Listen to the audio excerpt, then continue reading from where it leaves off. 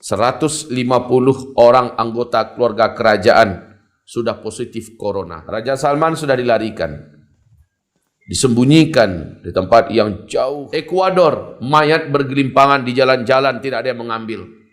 Menjadi kota zombie atau kota paling menakutkan hari ini di dunia. Mengerikan. Di Amerika, di New York, ya, menjadi epicentrum terbesar di dunia. Tahu epicentrum? Pusat penyebaran wabah menular COVID-19 ini yang terbesar di dunia. Untuk per hari kemarin, Amerika sudah hampir mendekati 20.000 orang yang meninggal dunia. Sementara Amerika sudah menjerit dan sudah minta tolong pada Turki bahwa persiapan kami sudah habis, menipis, tinggal 10% kemarin. Mereka mengatakan 1 minggu ke depan adalah puncak gunung bencana, di mana diperkirakan angka kematian akan sampai di angka 200.000 manusia, 240.000 manusia. Hai kalian kafirun, bila kalian tidak merapat kepada Allah dalam taubatan nasuha, maka kalian tidak akan menemukan jalan. Kalian berharap vaksin. Kalian berharap itu. Sampai kapan kalian bisa berharap? Silakan berharaplah. Katanya sudah ada vaksin yang dicoba kepada manusia, mungkin nanti akan menjadi apa? Silakan saja. Allah Subhanahu wa taala dengan kun fayakunnya bisa menciptakan lebih dahsyat daripada itu.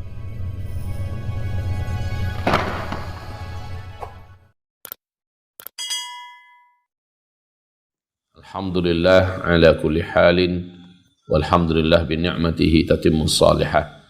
Salawat dan salam kita untuk Rasulullah sallallahu alaihi wasallam. Untuk menambah ketebalan tawakal kita kepada Allah. Karena kata Rasulullah, lau annakum, kalaulah sesungguhnya kamu, tawakkaltum ala Allah, bertawakal kamu kepada Allah. Haqqa tawakkulikum, dengan sebenar-benarnya, setotal-totalnya tawakal kamu. La razaqakum kama yarzuqut tayra taghdu khimasa wa ta'udu bitana.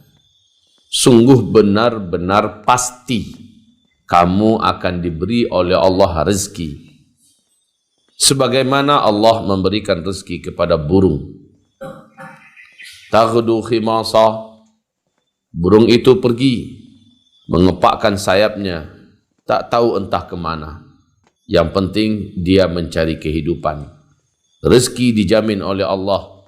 Yang penting dia mengepakkan sayapnya, entah kemana.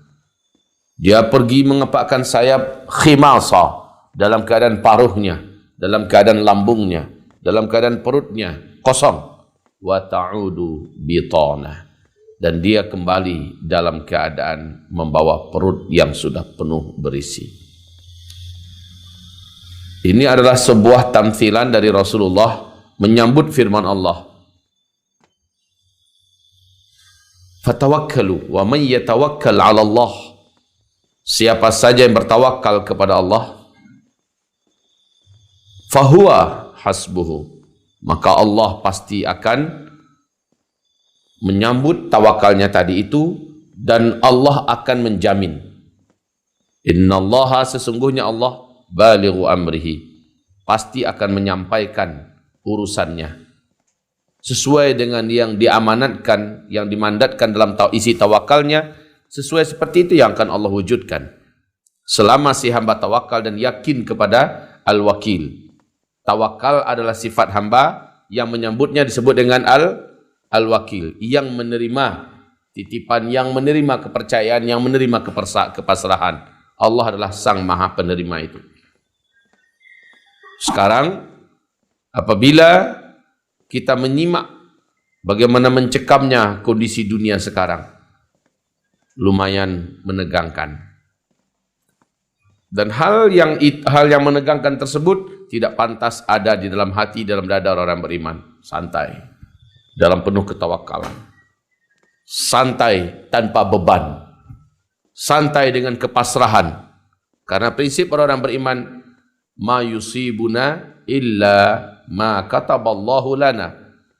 Tidaklah apa-apa yang bisa menimpa kami kecuali apa-apa yang telah dituliskan, dan ditetapkan oleh Allah Subhanahu wa taala. Huwa maulana alaihi tawakkalna fahasbunallah ni'mal wakil ni'mal maula wa ni'man nasir. Dialah pelindung kami, kepadanya lah kami berserah diri dan memasrahkan. Dia adalah sebaik-baik tempat mewakilkan kepasrahan. Dialah sebaik-baik penolong, sebaik-baik pelindung, sebaik-baik penjaga. Jadi ikhwati fillah, saudara-saudara seiman di mana saja antum berada, di akhir zaman ini kondisi sekarang makin mencekam dan menegangkan. Raja Salman sudah dilarikan, disembunyikan di tempat yang jauh, nun jauh di Jeddah sana, di tempat yang terpencil dari komunitas ramai.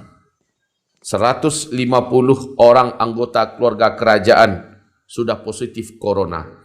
150 bukan jumlah yang sedikit. Kalau level keluarga kerajaan saja seperti ini, maka bagaimana nanti kira-kira dengan warga dan masyarakat? Gubernur Riyadh sudah kena. Satu persatu pertumpangan. Karena memang gaya hidup mereka selama ini banyak yang tidak terjaga. Kemudian kalau kita lihat Vatikan Roma, para pendeta-pendeta yang ada di sana, para uskup-uskup yang ada di sana, seluruhnya sudah bergelimpangan. Sudah satu persatu yang cabut dari muka bumi ini. Bahkan paus sendiri pun, walaupun sudah dikarantina, dijauhkan dari apa segala macamnya, dikhawatirkan. Pimpinan tertinggi, intelijen terkuat dan terbaik di dunia, Mossad, yang ada di Israel, positif corona. Dikarantinakan dan diberikan penanganan yang intensif. Menteri Kesehatan Israel juga positif corona. Banyak petinggi-petinggi, bahkan Benyamin Netanyahu 2 kali dikarantina. Ya. Bagaimana dengan Inggris? Perdana Menteri Inggris juga hampir saja menuju kepada klimaksnya. Sudah kritis, keadaannya sangat berat sekali. Pangeran Charles, ya, Ratu Elizabeth dan lain-lainnya, banyak yang seluruhnya, dan Inggris dalam keadaan menegangkan, mencekam. Jangan tanya kondisi Perancis, negara yang begitu hebat, negara yang begitu kuat, negara yang termasuk terelit di Eropa. Perancis juga sudah megap-megap, ya, antara dapat napas atau tidak lagi dapat napas. Eropa seluruhnya berjatuhan. Secara ekonomi, ya, militer mereka ada, peluru kendali mereka punya, senjata-senjata masih lengkap, peluru enggak ada yang dilepaskan, ya. Tetapi coba lihat, tidak ada satupun yang bisa menghadapi tentara Allah yang tak nampak ini. Dan kondisi Itali sudahlah selesai. Itali sampai menggaungkan azan, menyebut-nyebutkan kalimat la ilaha illallah. Ada yang non-muslim keluar, lalu sujud, tidak tahu sujud ke mana, tetapi dia niatkan kepada yang pencipta langit dan bumi. Pada akhirnya mereka pasrah dan yakin tidak ada yang sanggup menyelamatkan mereka kecuali Allah. Kita ingat firman Allah dalam Al-Quran.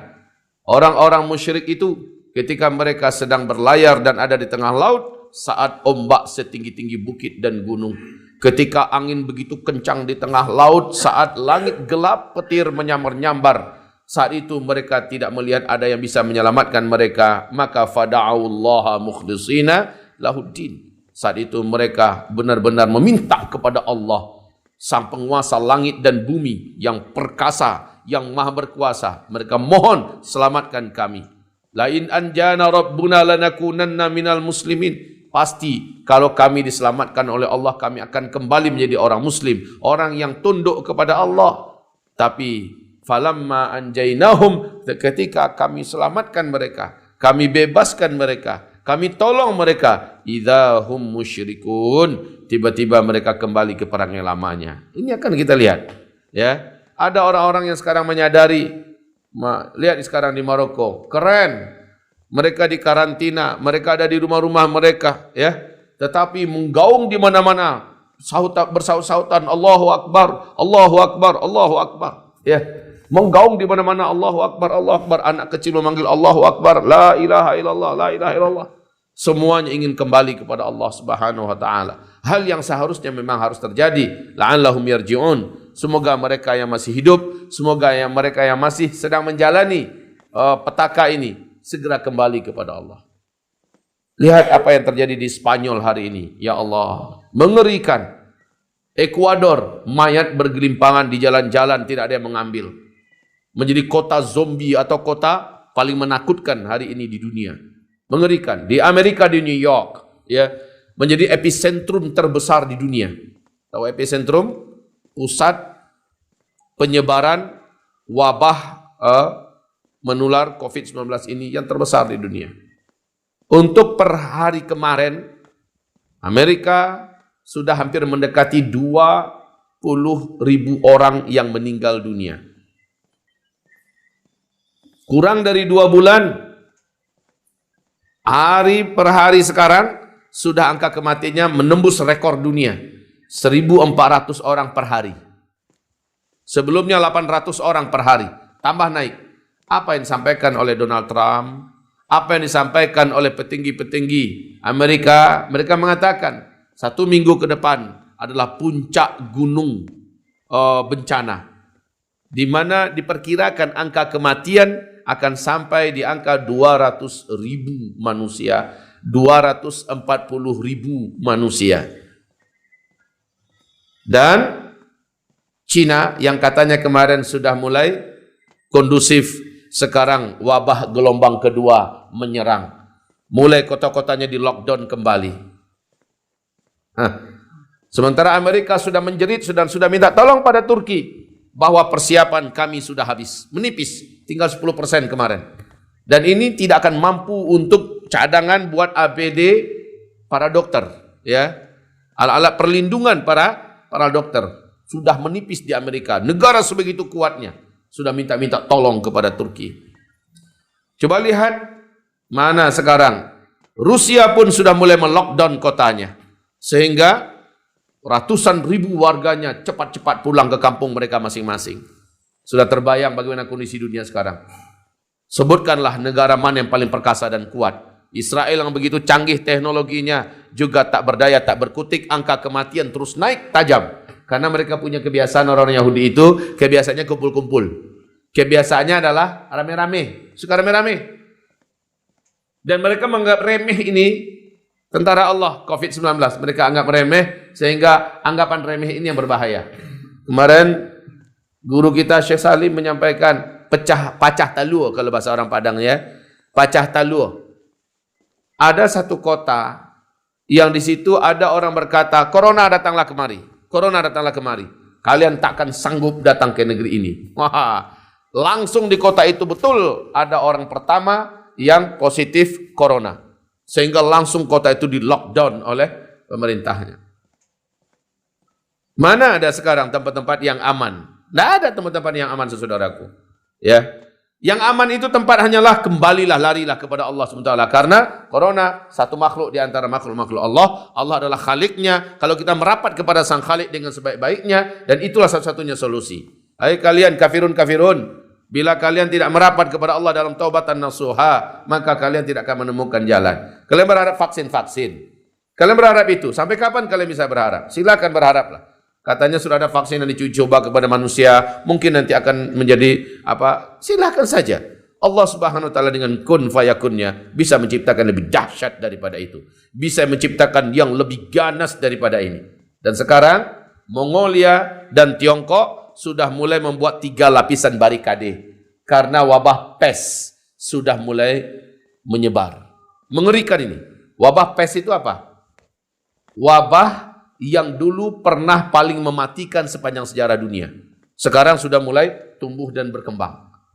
Di negeri Mongolia dulu asalnya memang, yaitu pada abad ke-14 ya, 1347 ke 1351 Masehi. 60% jumlah penduduk barat Eropa itu mati oleh wabah pes ini dengan sangat mengerikan. Bangkai ada di mana-mana, tidak mampu lagi diatasi. Dan wabah itu juga sekarang muncul. Wabah pes. Flu babi yang bersumber dari Eropa. Juga sekarang sudah banyak sekali babi-babi yang diternak oleh orang Tiongkok sana mati secara mendadak. Dan itu akan berkembang kepada ternak yang lain dan juga bisa memindah kepada manusia. Ada apa ini? Indonesia. Malaysia, Masya Allah, kita betul-betul prihatin melihat kondisi Malaysia sudah lockdown begitu lama dan panjang, ternyata angkanya tetap tak terbendung. India juga demikian, yang punya penduduk 1,3 M atau 1,4 M itu, India malah makin parah, sehingga India sekarang menuntut Cina, ya, 2 triliun USD, angka yang mereka tuntut dari Cina, karena ini adalah karena kejahatan Cina dari awal. Cina tidak mengumumkan, sehingga kami bisa siap. Cina tidak transparan, sehingga kami akhirnya menjadi pandemi global. Kondisi India yang carut marut, yang ekonominya memang lemah, kemudian rakyatnya biasa kotor dan tidak bisa diatur, ya, ini menjadikan India akan menjadi epicentrum yang juga mengerikan. Dan jangan salah-salah, Indonesia akan bagaimana nanti ke depan. Seorang dokter yang viral sekarang di Malaysia memberikan pernyataan yang cukup membuat kita merinding, tapi hasbunallah, kita bertawakal sajalah kepada Allah. Apa kata dokter itu? Indonesia menunggu bom waktu. Indonesia ini akan menunggu bom waktu. Ini akan menjadi epicentrum yang paling ganas mungkin di Asia Tenggara atau di Asia. Hasbunallah, ni'mal wakil, ni'mal maula, ni'mal nasir. Hamba-hamba Allah tak perlu gentar, tak perlu takut.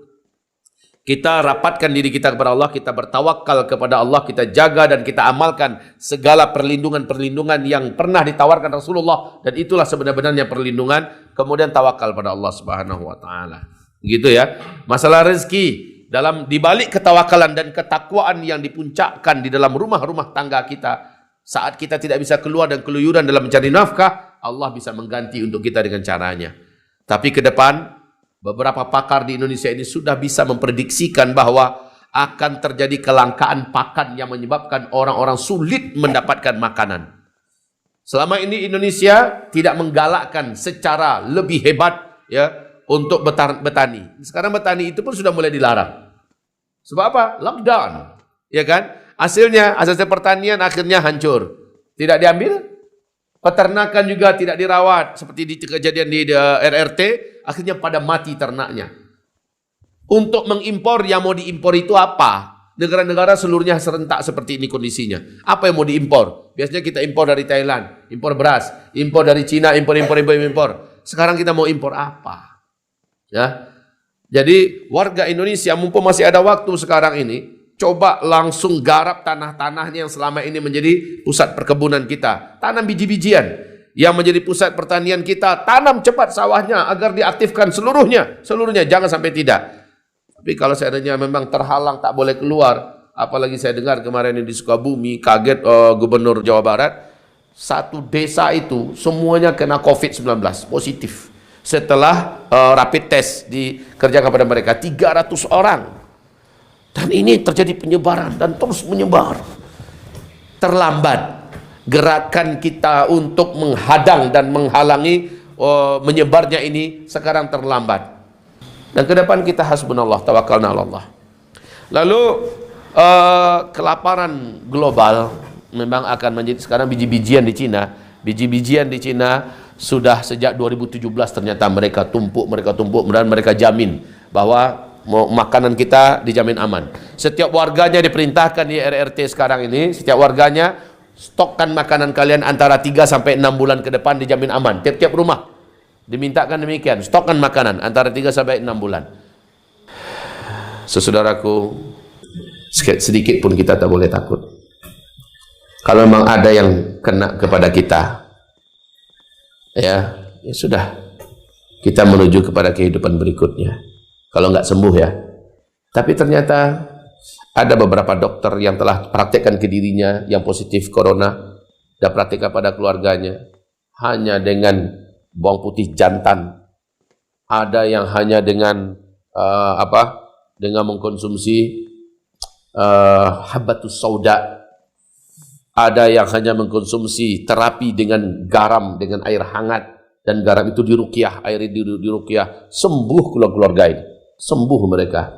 Ya, rasanya kita nggak perlu mencemaskanlah insyaallah taala. Samping kita melindungi diri kita, menjaga diri kita dengan segala apa yang patut dan pantas, kita bentengi dengan doa-doa kepada Allah, dengan amal soleh yang maksimal. Kalaupun kena sudah takdir, kemudian kalaupun meninggal syahid insyaallah. Apa yang dicemaskan? Apa yang dicemaskan? Toh yang kena bukan hanya kita, ya.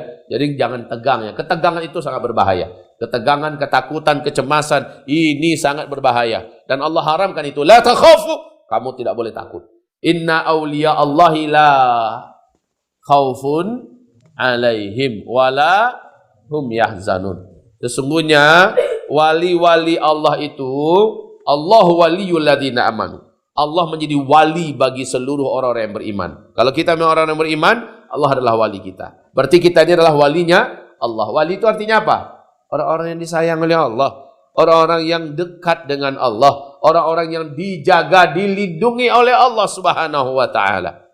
Inna awliya Allahi la khawfun alaihim walahum yahzanun. Tidak ada ketakutan. Tidak perlu takut, dan bahkan jangan takut. Haram takut. Sama corona takut. Tidak takut kita. Kita hanya takut kepada Allah. Habiskan semua takut kita kepada Allah subhanahu wa ta'ala. Ya, setelah kita akhdun bil asbab, habiskan semua takut kita pada Allah subhanahu wa ta'ala. Maksimalkan doa. Kan Nabi ada mengajarkan doa-doa. Saudaraku yang sudah punya buku Zikir Akhir Zaman, tolong buka buku itu. Buku itu ada doa-doa pelindung dari wabah, dari penyakit, dari bencana, dari petaka. Karena setelah ini petaka kita berikutnya adalah kelaparan global. Sulitnya didapatkan makanan di muka bumi ini, saudaraku. Bahkan orang yang punya duit banyak pun duit itu tidak akan berarti. Orang yang punya emas pun emas itu tidak akan peduli lagi orang. Orang butuh makanan pada saat itu. Dan yang saya masuk pada saat itu adalah mungkin saja pada masa kita. Dan mungkin saja sebulan 2 bulan ke depan kita sudah mulai merasakan ini. Ya Allah, kita tak tahu semacam apa. Sementara beberapa daerah di Jawa sana sudah mulai tidak menemukan apa yang bisa mereka makan.